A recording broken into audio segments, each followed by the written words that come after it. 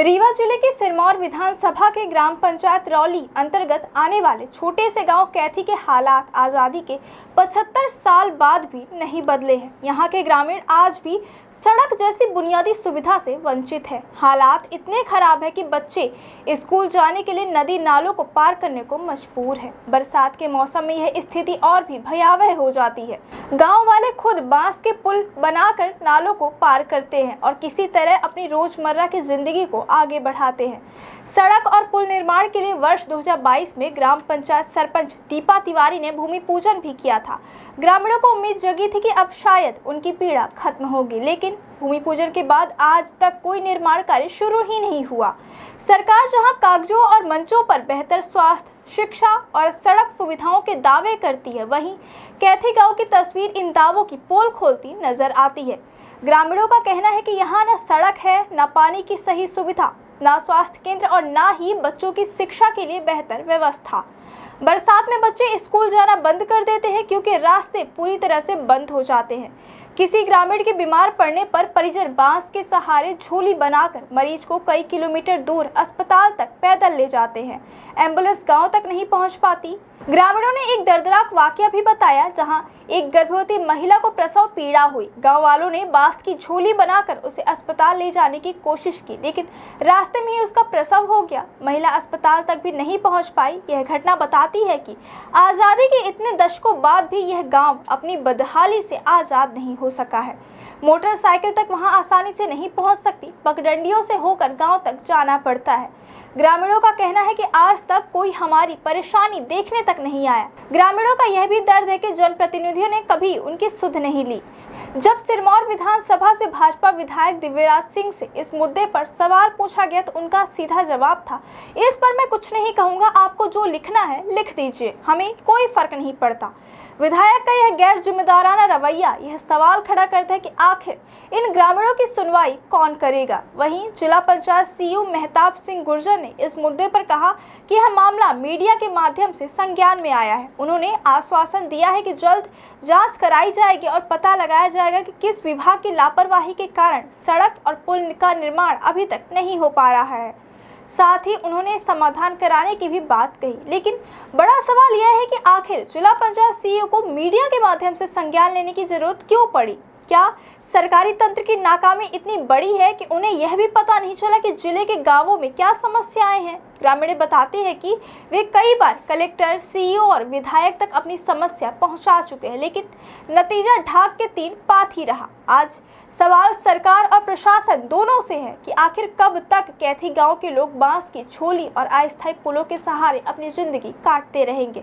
कब तक यहाँ के बच्चों का भविष्य अधर में रहेगा और कब तक गर्भवती महिलाएं अस्पताल पहुंचने से पहले ही प्रसव पीड़ा से जूझती रहेंगी।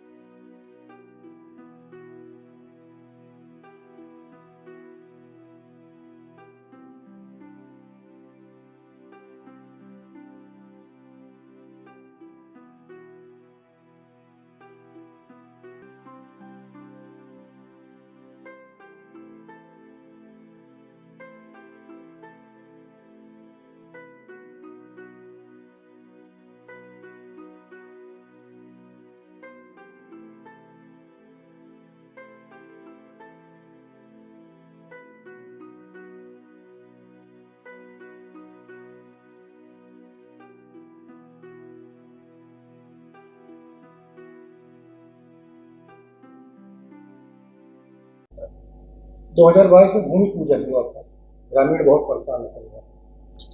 ये जो आपने बताया इसकी भी हम देख लेंगे कि आपका कहना है भूमि पूजन हुआ लेकिन नहीं कुछ कार्य का पूर्ण हो सके, तो वो भी देखना जरूरी है कि किस मद में ये कार्य स्वीकृत हुआ था, क्या राशि निकाली गई है, नहीं निकाली गई है, मद में पैसा अवेलेबल है या नहीं, ये पूर्ण जांच करने के उपरांत इसमें कार्रवाई करें।